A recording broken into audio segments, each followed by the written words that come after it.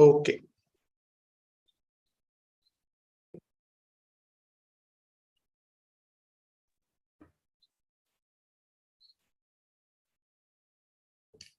Namaste everyone.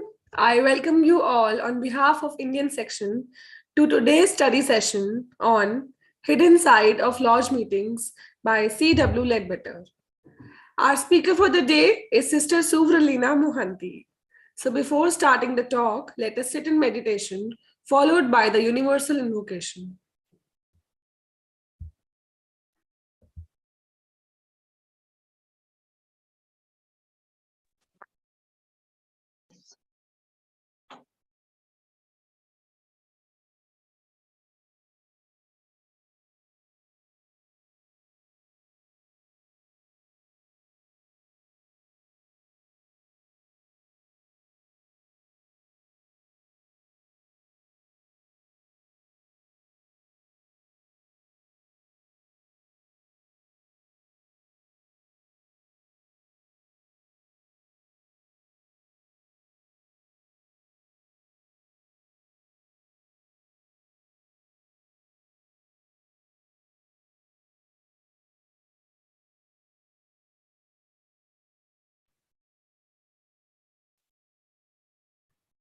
O hidden life, vibrant in every atom. O hidden light, shining in every creature. O hidden love, embracing all in oneness. May each who feels himself as one with thee know he is therefore one with every other. Come back, everyone, and thank you for joining. So, let me now introduce Sister Suvralina. Sister Suvralina is a life member of the Theosophical Society of India since 2003. She has addressed in youth camps on motivating and leading youth. She is associated with NGOs and organizations working for the holistic development of children.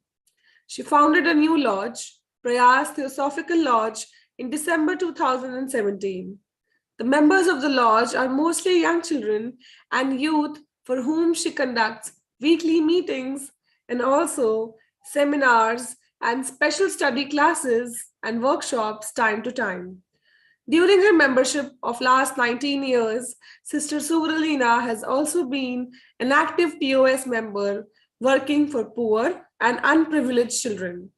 She took charge of TOS Delhi region in 2016 as a regional secretary and has been dedicatedly working under the guidance of senior members of the TOS. With this, I would like to welcome Sister Suvralina. Over to you, Sister. Thank you, Kritika. Today's topic of this talk, or maybe I will say a discussion probably, because I would invite others to share their experience and views as well. The topic, Hidden Side of Lodge Meetings, this book by C.W. Ledbetter, which is so beautifully explained for all new members as well as long-standing members who are supposed to refer this book to cross-check whether the lodge meetings are being properly organized and executed or not. Because, maybe we would be doing a lot of lodge meetings time to time, but by the time we read this book and refer this book once in a while, maybe every 6 months, 1 year or whatever, our motives, our duties will be clear to us. And we all would be thinking, people who have not read this book or people who have attended a lot of meetings, they would be having their own perception about lodge meetings, because we build perception. We go to meetings, we see what is happening, how the speaker is, doing this theme and presenting the theme, how are other members contributing to the meeting. So these all come as a wholesome lodge meeting proceedings and action plans. Now, in order to explain this topic, I thought of taking up the words used in this topic, like lodge, meetings, hidden side. So I would like to pick up these words and start explaining before we get into the gist of the topic. Now, people already know what are lodges, but then I would like to tell you all, people who are new here, new members, there are lodges as well as study centers. We should know the difference. Now, there are very basic differences, but once we know it, we would be ready to serve better, come together better, and do better things in the meetings. Lodges are formally organized groups consisting of at least 7 members of the TS. We know that. And what do? They meet regularly to study theosophy and to present theosophical programs for the public also. So it is not about conducting meetings, reading, and going back home. At times, lodges also organize public lectures, study camps. Now, study centers are those who are less formal groups. There could be at least 3 members of the TS who would also meet regularly to study theosophy, and they may offer occasional public programs. So the number is the key here. So 3 members can form a study center. If there are 7 members, like we formed a Prayas Theosophical Lodge. Earlier, me, my husband, and my daughter, we were members of different lodges. I was in Siddharth, they both were in Shankar Lodge. So we were 3 members. So we used to study together. We didn't form a lodge. But by the time Smriti Sagar, Smriti Ranjan, then Sandeep, Vinay, all these 4 people joined. So we got this courage to form a lodge. Just an example I'm giving. Similarly, all of you who are from different lodges would have experienced that. So 7 is the number required. Now, 7 people of the same locality, when they meet, what do they do? Now, meetings could be event-based. Like, we might do the foundation day of the TS. We could observe our annual day of lodge. We might invite somebody to, say something about a good subject, theme we might decide. Then there are days like White Lotus Day, Adaya Day, a lot of important days we do as a part of event celebrations. Then there is a weekly meeting. This weekly meeting is what is called the regular meeting. Now, what do we do in this weekly meeting? We invite people. People means all the members are definitely there, but then there will be non-members also. Now, if I talk about members and non-members, before that, I wanted to read out the 3 objects of the TS, because I think these objects of TS, we cannot leave them aside in our meetings and daily life. We cannot say, oh, these are the books and those are only for the guest lectures or for non-members when we want to introduce TS to them. No, we must stick to that also. The 3 objects of TS should be also a part of our study. So just to recall, as we know, to form a nucleus of the universal brotherhood, I'm just cutting it short, to encourage the comparative study and to investigate unexplained laws of nature. This is how we know basic understanding of the 3 objects. Now, these 3 objects should be kept in mind while we are conducting lodge meetings. If we think universal brotherhood is nothing to do in the lodge meetings, comparative study has nothing to do, or I should not investigate unexplained laws of nature because I'm just doing a meeting. Whenever I'll find time, I'll do other kind of meditations and do no. That is this primary objective of any lodge meeting, not to leave aside these 3 objects. I would try to link these 3 objects while I explain when we do lodge meetings and what are the hidden side. The hidden sides are pretty much linked to these 3 objects.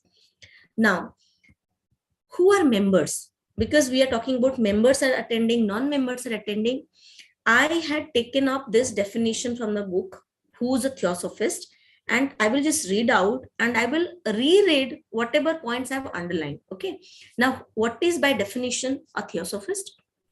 Any person of average intellectual capacities and leaning towards the metaphysical of pure, unselfish life, who finds more joy in helping his neighbors than receiving help himself, one who is ever ready to sacrifice his own pleasures for the sake of other people, and who loves truth, goodness, and wisdom for their own sake, not for the benefit they may confer, is a Theosophist.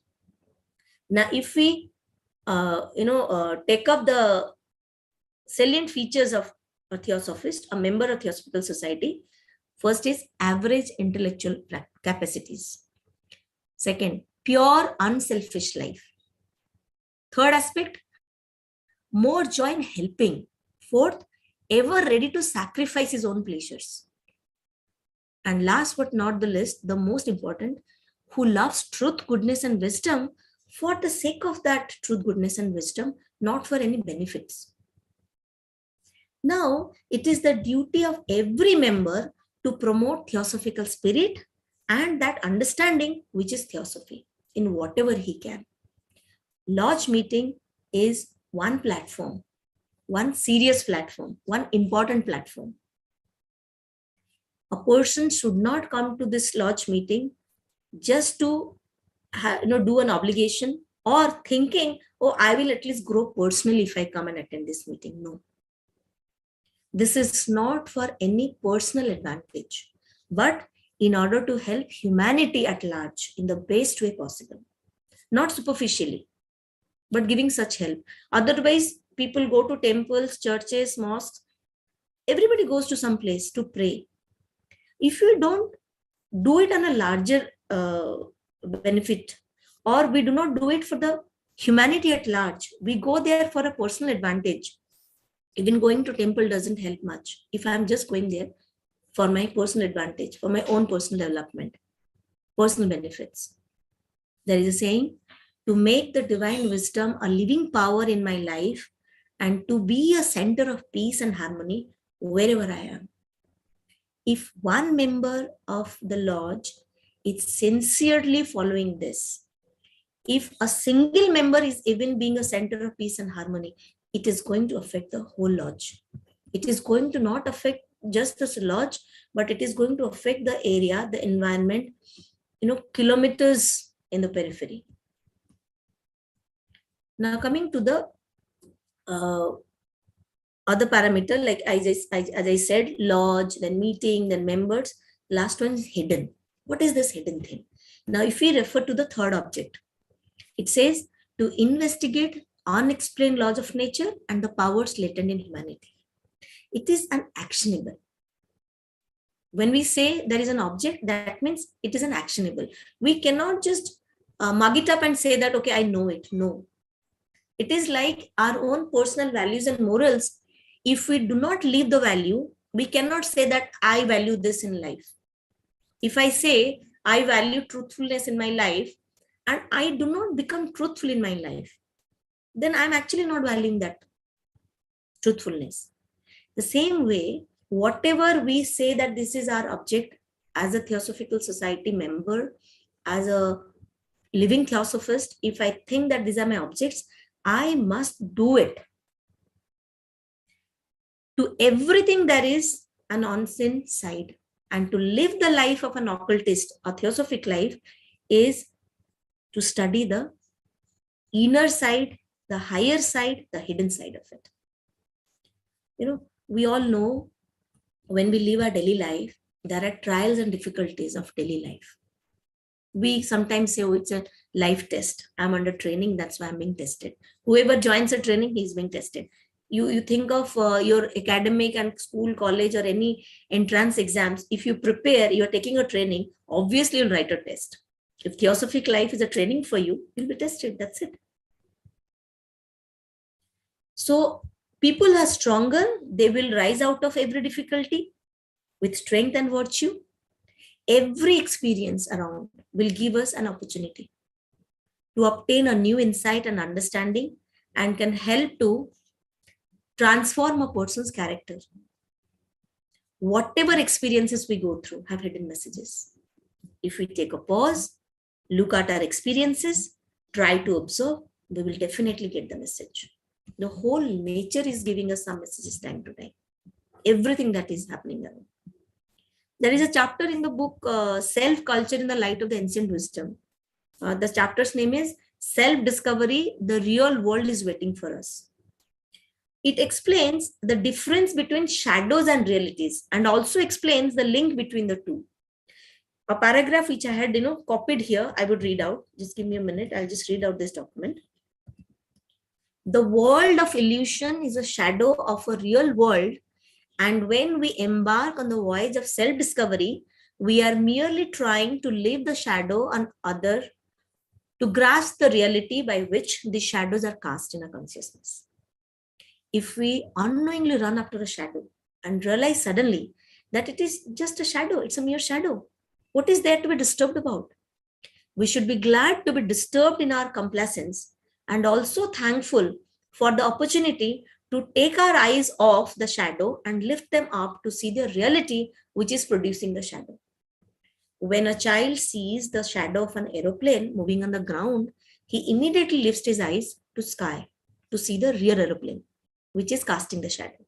So when we see the life around, we see it as a series of phenomena which seem to be unreal and which are unreal too.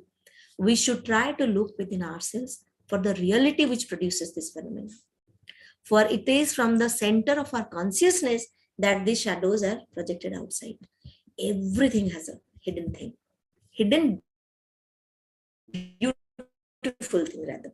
So it is not just a lodge meeting. It has great impact, hidden messages, hidden power, which we should try to understand. Now, I would also like to reiterate that we have study, meditation, and service as a part of our theosophic life. I would like this SMS thing, like study, meditation, and service, to map to our lodge meetings. So, how do we map this SMS to our lodge meetings? First is study. Okay. Now, if I go to the second object, to encourage the comparative study of religion, philosophy, and science, this gives us a fundamental task of studying and interpreting. We all agree that the basic message of all scriptures is the same. What is different is how we have been interpreting them.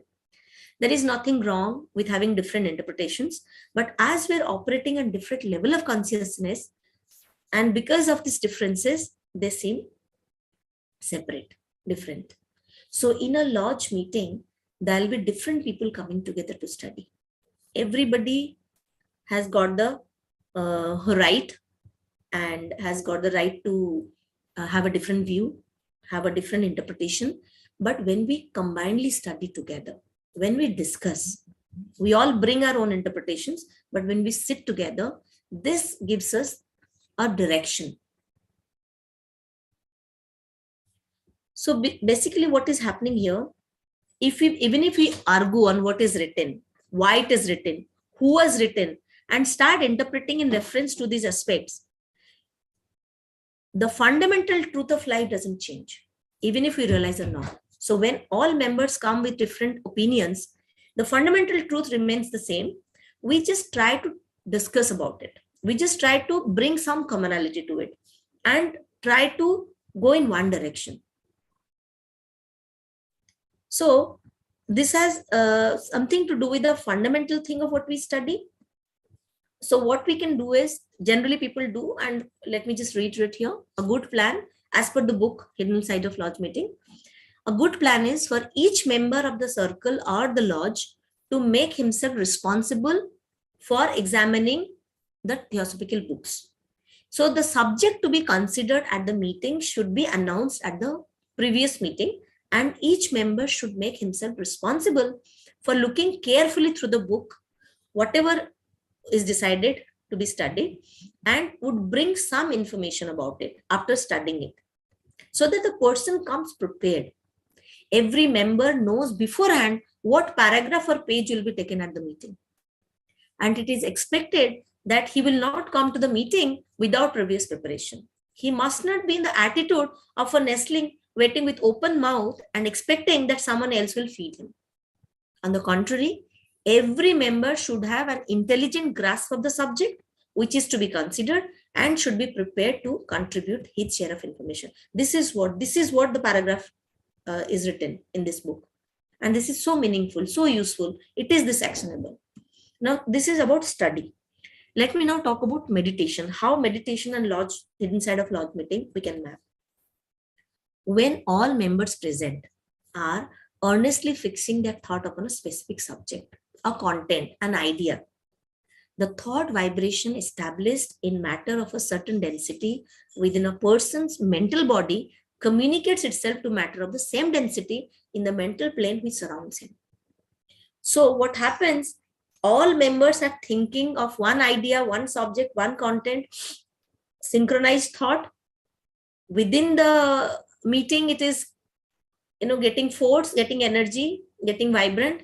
It is also reaching to the mental plane of the environment, because people who might not be attending this meeting, but who would be in that surrounding, who would be catching, whose mental plane is that time free, wide, open, they will catch these thoughts. That is why we must understand ordinary self-centered thought of any average man, which is at the lowest level, doesn't help much. Rather, when it is not self-centered, it is universal thought. It is full of love, full of emotion about, greater power, greater force, higher thoughts at large.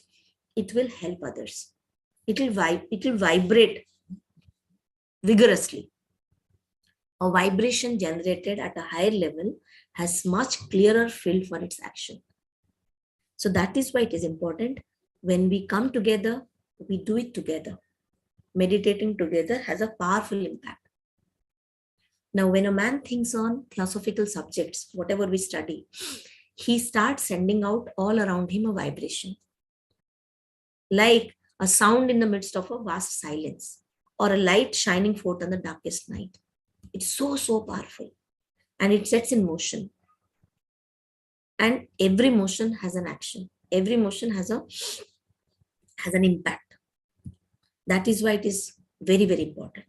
If the thought of a single person produces, say, results at a lower degree, the thought of many people will produce greater results. That we have to understand.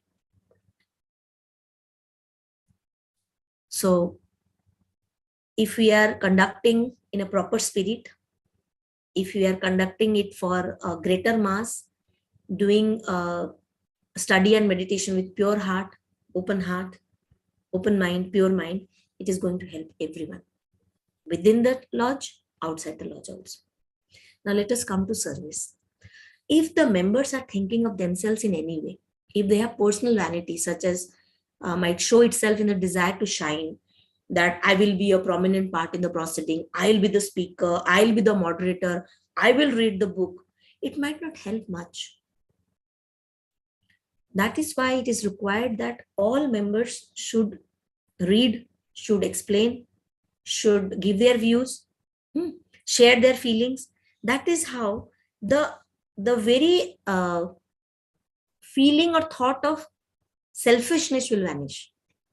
Because for service, selfishness, that I-ness should be removed. Unless and until we grow beyond that, we will not perform service. Even the desire of speaking. Why are we in the desire of speaking? Oh, I'll get a chance to speak. I should get the chance to speak. I should be the speaker.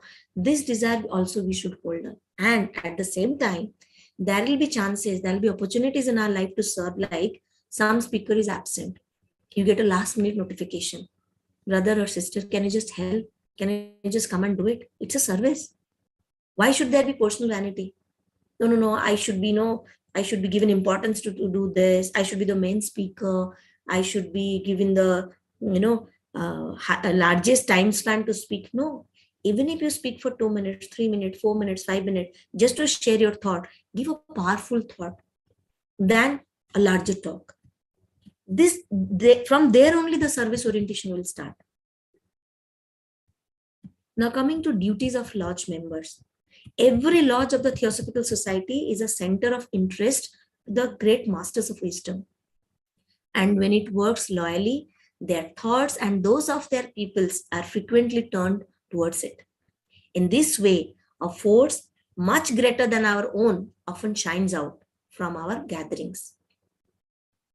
So we all should take it as a responsibility to make the meeting important, vibrant, beautiful, bringing out some message, core of the study to meditate and give the thought. This is very important. The Voice of Silence and other devotional books are there, Lighten the Path. Therein it says that we make a channel of more elevated thought through which the force of the highest plane descends into the mental and radiates out and influence for good many a soul who would not be in the least open to it if it has remained on its original level. This is the real and greatest function of the laws of the Theosophical Society, to furnish a channel for the distribution of the divine life. And thus, we have another illustration to show us how far greater is the unseen than the seen. I remember, I think her name is Manisha, something like this. Manisha, I think. She stays in Banaras.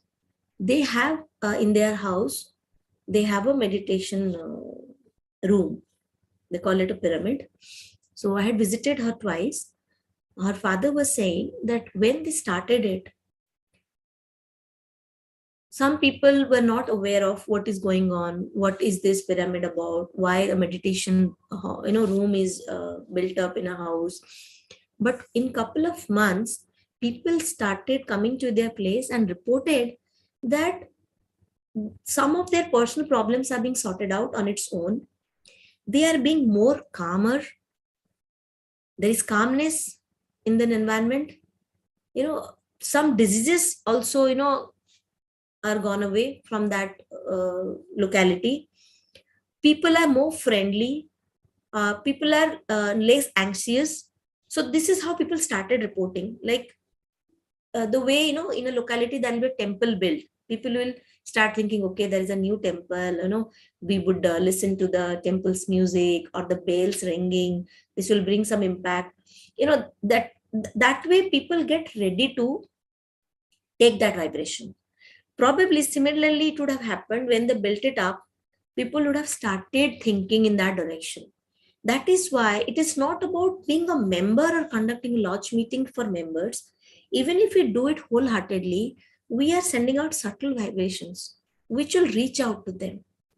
People might not come and praise you. You don't need praise as a lodge member that we are doing it at our place. No. You are just helping people in that area. Gradually, when calmness will be there, when positive vibrations will be there, people would catch the higher vibrations. That is more important. And probably these are the hidden side of it. Not my personal growth by attending this meeting. I have got more peace in my heart. Okay, you might be getting, individually might be getting. But again, we are theosophists. We are not here for our own benefits. We must give. In Masters in the Path, I kind of read one chapter where it was written, there are 4 ways to enter the path. So lodge meeting attending is a beginning of the thing. So what are the 4 ways, if you kind of expand that? By the companionship of those already upon the path, by hearing or reading about it, by sheer force of enlightened reflection, by the practice of virtue through many lives. Now, if we start again thinking through this for our lodge meetings, if I am attending it also religiously, regularly, I am adding to the higher force. I am being a partner to a good thing, to goodness. I am being a center of goodness. And when I'm hearing or reading, if I'm given the chance to read a book, or somebody is reading or somebody is saying and I'm hearing, this is also impacting my all bodies. And when we do enlightened reflection, when we are together doing a meditation or reflection, like Shikharji had created that video for all of us, we did for almost a couple of months. At least me and Kritika did it in our lodge. Other members also did it. But when we practice it every morning, expand our body to the universe, and we start to embrace at large everything, that gives us more power, more energy, not to get but to give. And by giving also, you are expanding. So those reflections should be there. And then the practice of virtue. What we do is we come to a lodge meeting, we study an important idea, a thought, a new thing we learn. Then next week, the same time when we meet, till that time, if we don't practice it, then probably the thought will not work upon us or work upon others as well. We have to practice it. Beginning, I said, truthfulness, if I Pick it as a virtue, I must practice it. By simply saying, I love truthfulness, no, I must practice it.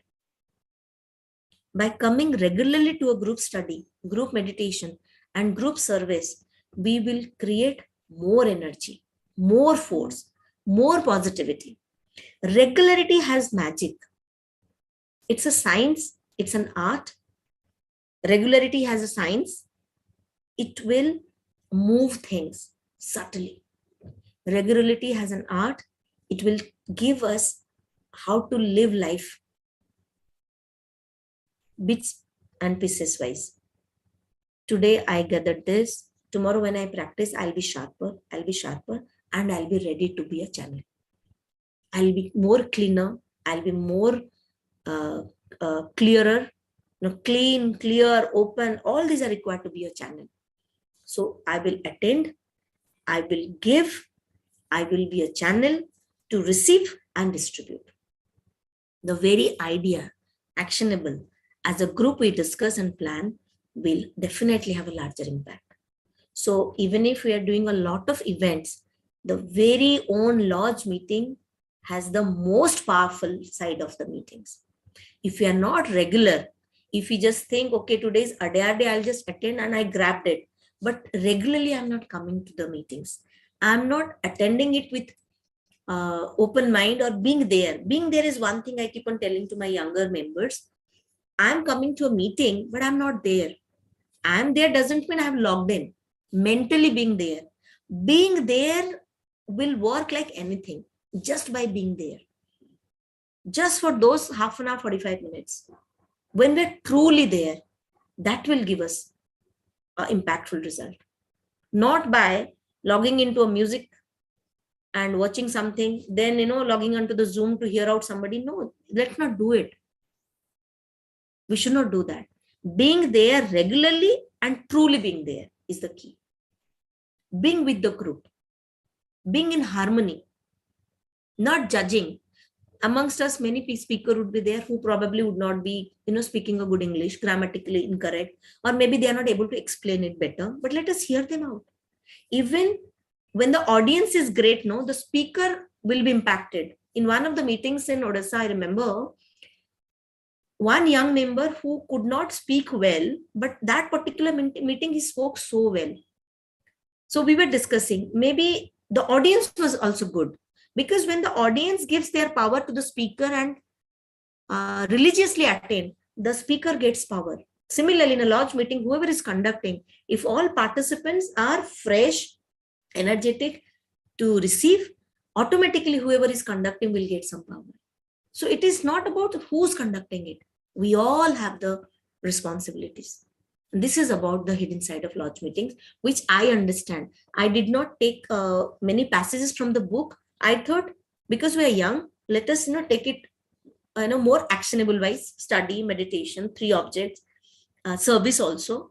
I cannot say lodge meeting attending is not service. Yes, it is service. I'm serving. I'm giving my good thoughts. What more can I give? The very thing that somebody can give is giving a good thought. And if I am a regular attendee of a lodge meeting, who can be a better person to give good thoughts?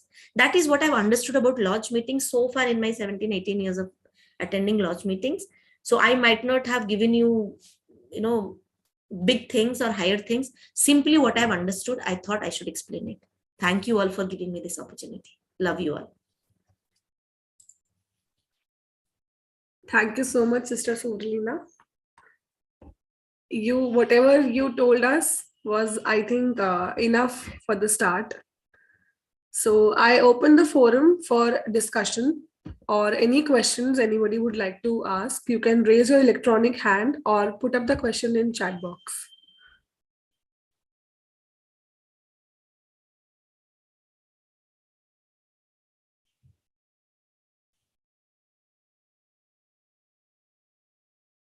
Or people who have done lodge meetings, who have conducted, they might give some other features also, because we might also learn from them, right? We are younger members of a lodge. Senior members also can give us some ideas. That way we will be doing more.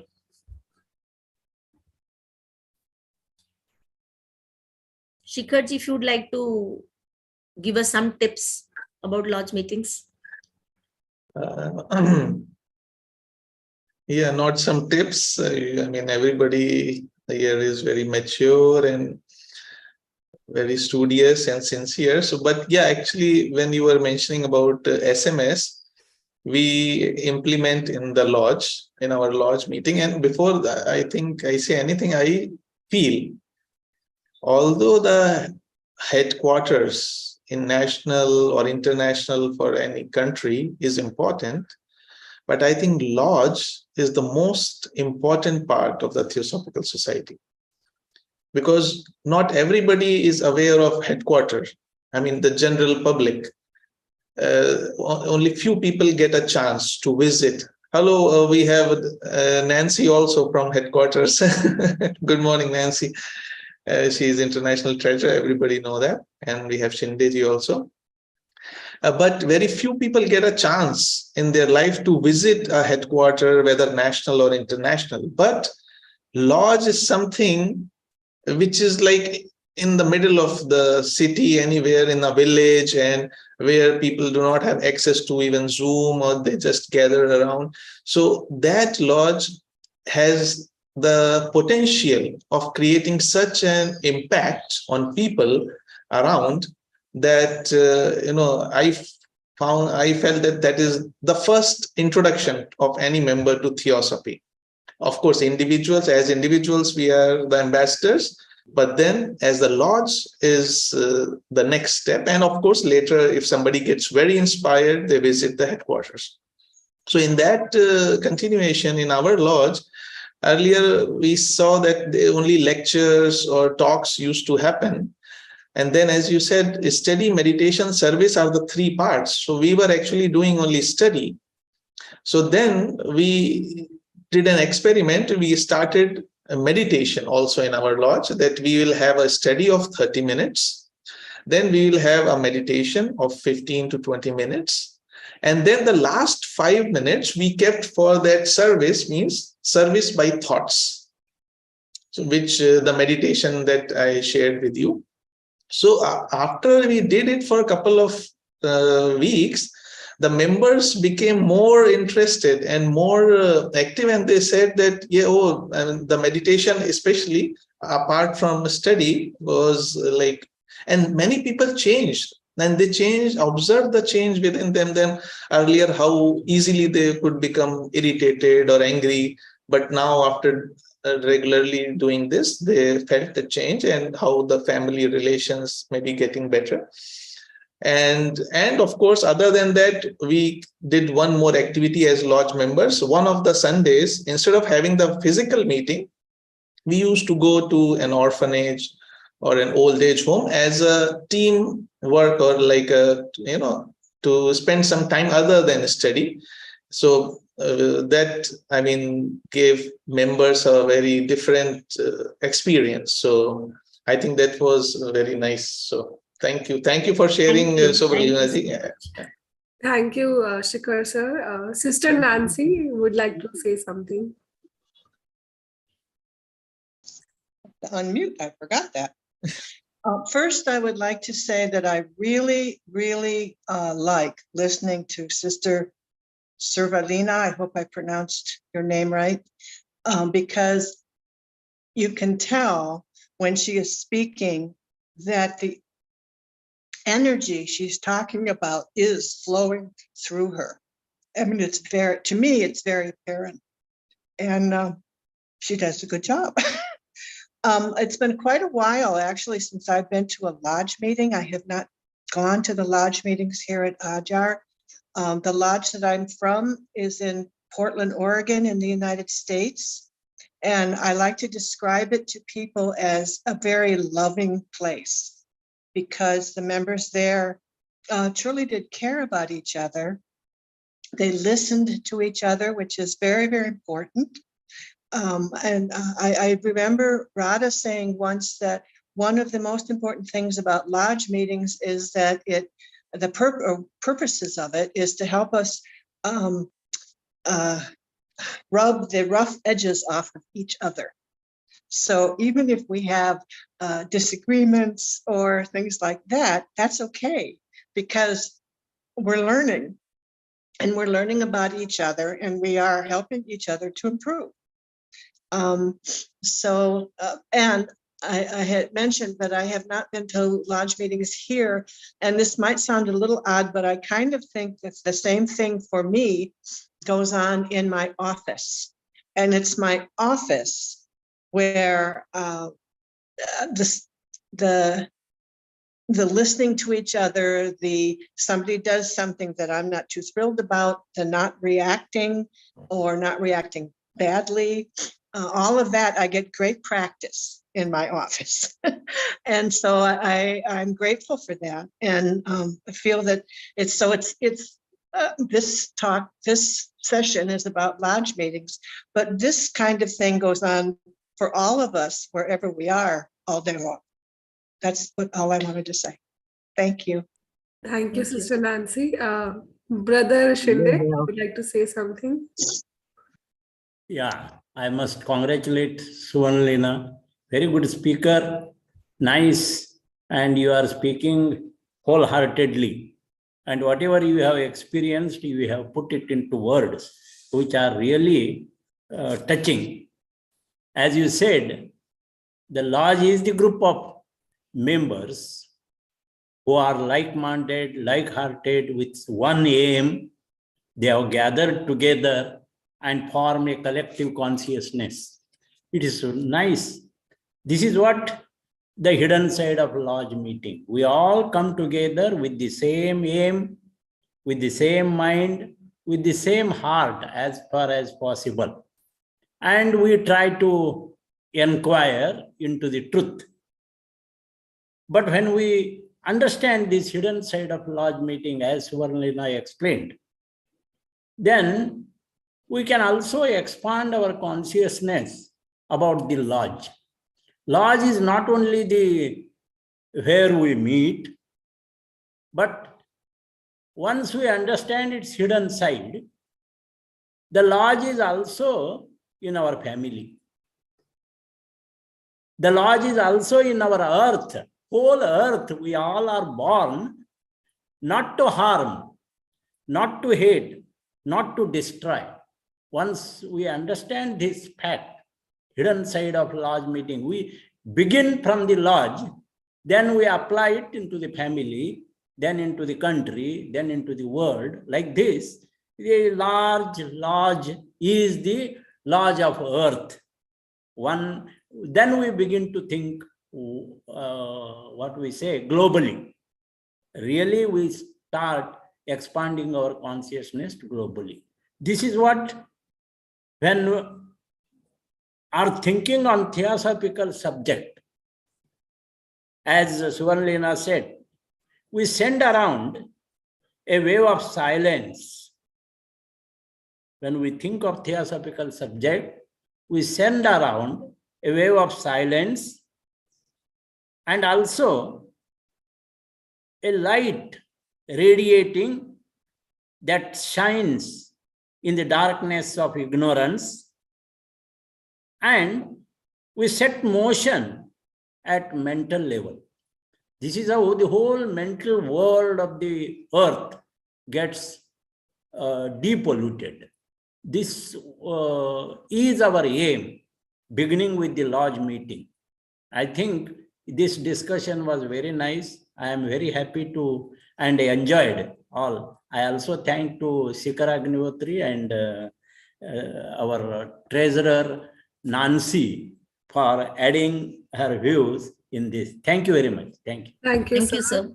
sir. So there is a question from Baswaraj Reddy, sir. So he wants a clarification whether we can take the help of pyramid for meditation or not.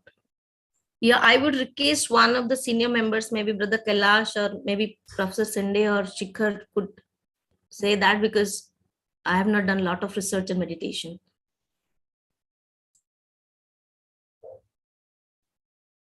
I think to what we vibrate, we must be in tune with that. If we are really vibrating with the pyramid meditation, so you are free to do that.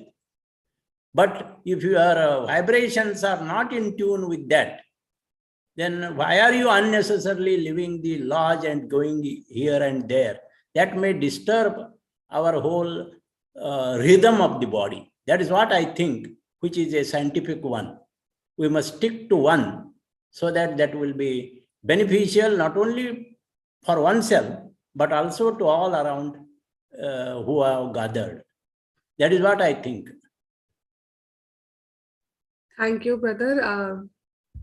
I hope Brother Baswaraj gets his answer. So, Brother Pradeep is also here. And Sister Vimal is also here. If you would like to share your experience or what you think about the subject. Actually, I would say that the regular monthly lodge meetings are very, very helpful for new members. Especially the first few years, if you have regular meetings, because when the person starts reading theosophy, he feels very alone because these are books nobody else reads. So when you have, even if it's a group of 5 people, and those 5 people are reading these texts, are into this field, the new member gets encouraged. So I think it's very important for new members. But as time passes, I mean, yeah, like the whole world becomes your lodge, and it's you are inspired by so many people, and you don't need your group to stay in touch with theosophy. You stay in touch with theosophy. You stay in a meeting. I mean, you stay in a lodge. Stay in theosophy for your own impulses, because you see solutions for your problems. You see a way of thinking which helps you, and you keep going back and forth to various videos or books, and you go in and out of theosophy also. I also keep going in and out of it. I go into Krishnamurti and I push aside theosophy for a while, and then I come back and I study both, and then there's a time then I only study theosophy, and then all that happens. But lodge meetings have tremendous value for a new theosophist. That's what I would say. Thank you, Sister Vimal. Brother Pradeep. Please unmute. Hi everyone, am I audible? Yes, sir. Yeah, thank you. Nice to see you all again online after meeting you all in Varanasi personally. It was a nice talk. I was listening to Suvralina ji as usual. No, we don't have to say about her because we learn a lot from her experience and also running a lot. With regard to the topic what we have today, I just want to share my personal feeling or experience about the hidden side of lodge meetings. Since childhood, whenever I go with my grandparents and parents to the lodge meetings, the first thing is it may be very funny, but we make all these mischievous things and we speak so loudly in high pitched voice until we are walking towards the lodge. As soon as we enter the gates of the lodge, some kind of something monitoring kind of voice comes from inside, and we become silent. We speak in lower voice, we whisper, and then we don't disturb the elders who are attending the meeting. So nobody told us to do that. So that I always used to observe. What makes us to become so silent and so calm and composed as soon as we enter the gates and as soon as we sit in the meeting? So there is, I feel that is the hidden side of this Lord's meeting. Some kind of energy or vibrations that transform that automatically makes your astral body or mental body or anything in tune with whatever energy that will have that is being generated in the Lord's meeting. So I feel that is the hidden side of Lord's meeting, which nobody has to say that keep quiet, nobody has to say behave properly, nobody has to say listen, but it comes automatically.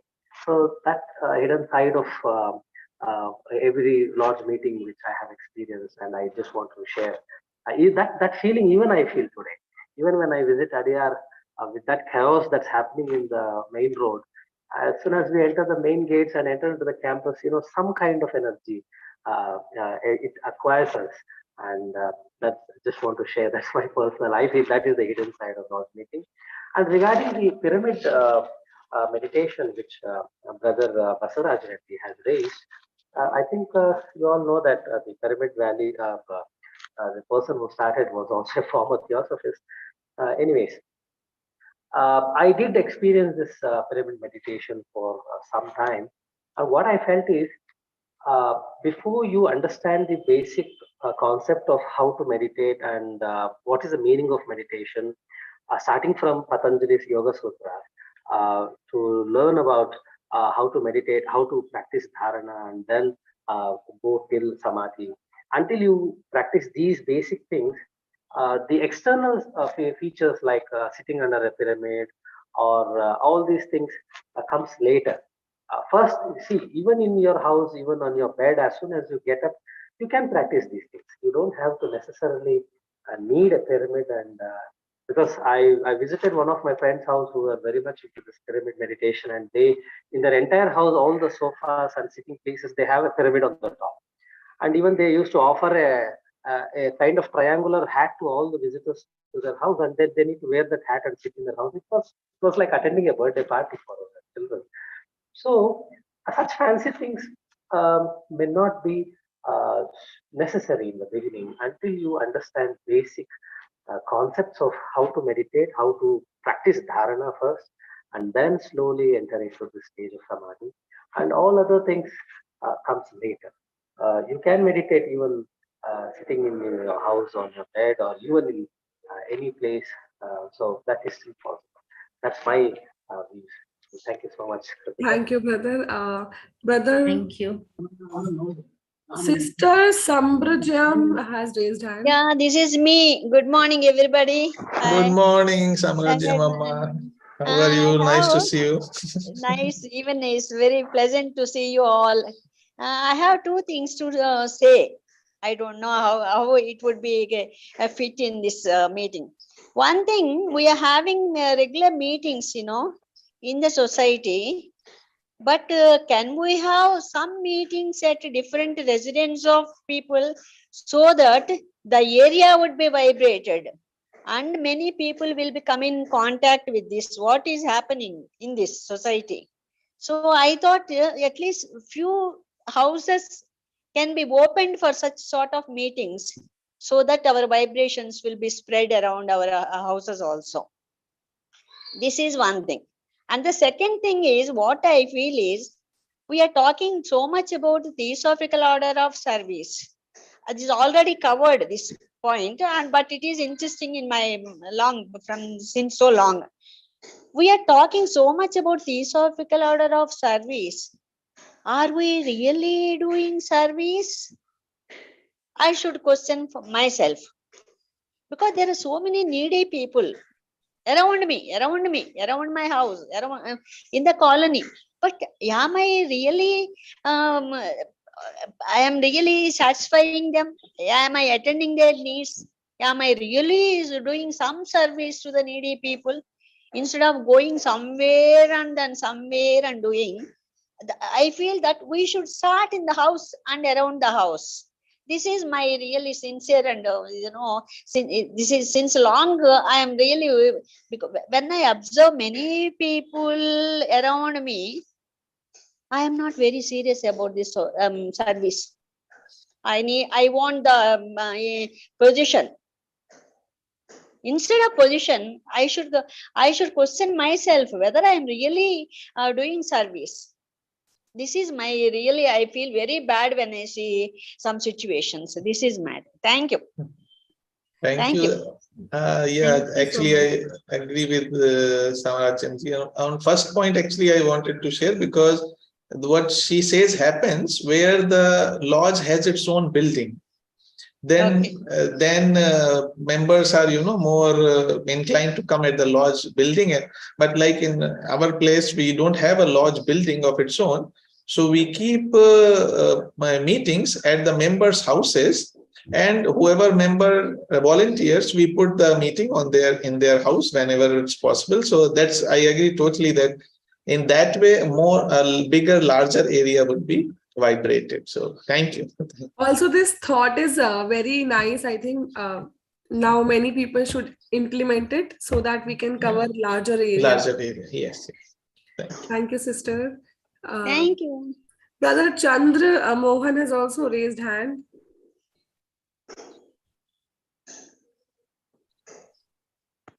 Sir, do you want to ask something?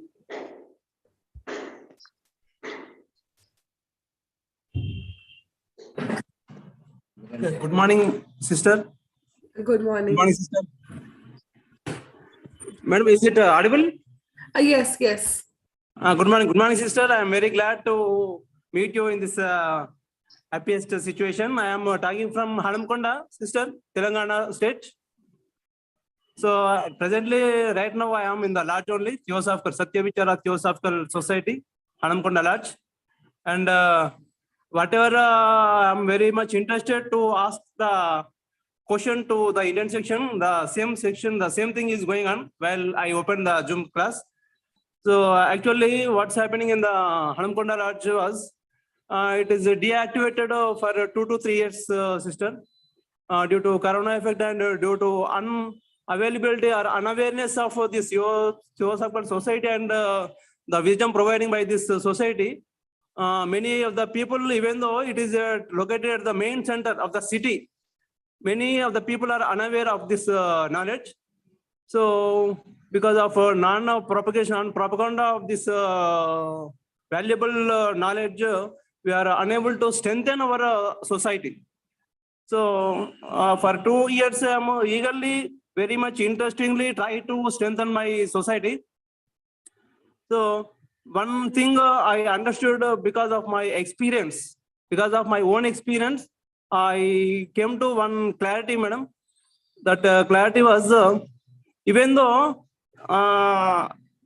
because of my single own efforts, I'm regularly conducting the classes regularly every Sunday from 10 to 10:40 Zoom class I'm conducting. Even though it is not spreading, why? Where is the efforts? The efforts put by me, where are they going? I am not understanding. So on deep concentrating on the issue, I came to one clarity, madam. The clarity was the energy, whatever the main concept theory of this program is hidden lodge, hidden fire, hidden side of the lodge. So the hidden side of the lodge is not veiled. It should be unveiled. It should be opened. So opening means many gathering should be run. Gathering should be done. Many members should attend the lodge. So many members, many brothers, if they attend, then automatically the come to know about the what is going on, what study class is going on, what is present, what is valuable subject is present, is come to know to everybody. So the main reason is the energy is not sufficient here. The main thing is energy is not sufficient in the lodge, so that we are getting failure. So what to do? What to do in order to increase the energy? In order to increase the energy, the only thing is meditation is the only thing. Meditation improves the energy. Meditation is meant for Parvati, Lakshmi Saraswati Parvati. Parvati means meditation, means energy. So whenever the energy of some large increases, automatically strengthens. It strengthens automatically without our efforts. Efforts need not be done interestedly. Automatically interest will come. Whenever the energy of the large or any institution or any house increases, it strengthens automatically. The strengthening is taken place. So the one important thing I want to bring you or kind notice is that the meditation should be done in every lodge. Whenever meditation takes place, automatically energy increases. Whenever energy increases, automatically it comes to know to everything, each and every person. So automatically gathering will be taken place. Automatically the subject will be spread all over the world. So the main intention is, please encourage the meditation in the grounds, in the lodges. Please encourage the meditation. That thing only I want to bring your notice, sister. What do you say, sister? Thank you. Yes, you are correct. Thank you. You should, just by inviting people for study, if you're thinking that many people are not coming, do it regularly. Whatever you want to do, just do it regularly. Definitely. Members, don't go by how many members are doing it. Okay. Even if 2, 3, 5, 7, 9 sincere members are there, you do it combinedly, study and meditate. Good. Okay, okay. Thank you. Thank you so much. Thank you so much, Sister Suvralina, for taking the subject and doing justice with it. So next week we have the talk on meaning and method of spiritual life by Annie Besant, and Sister Smita Pragya will be taking the topic. So I would request all of you to join next week also, same time and same place. So let us sit in meditation for a minute and then I'll do the closing prayer.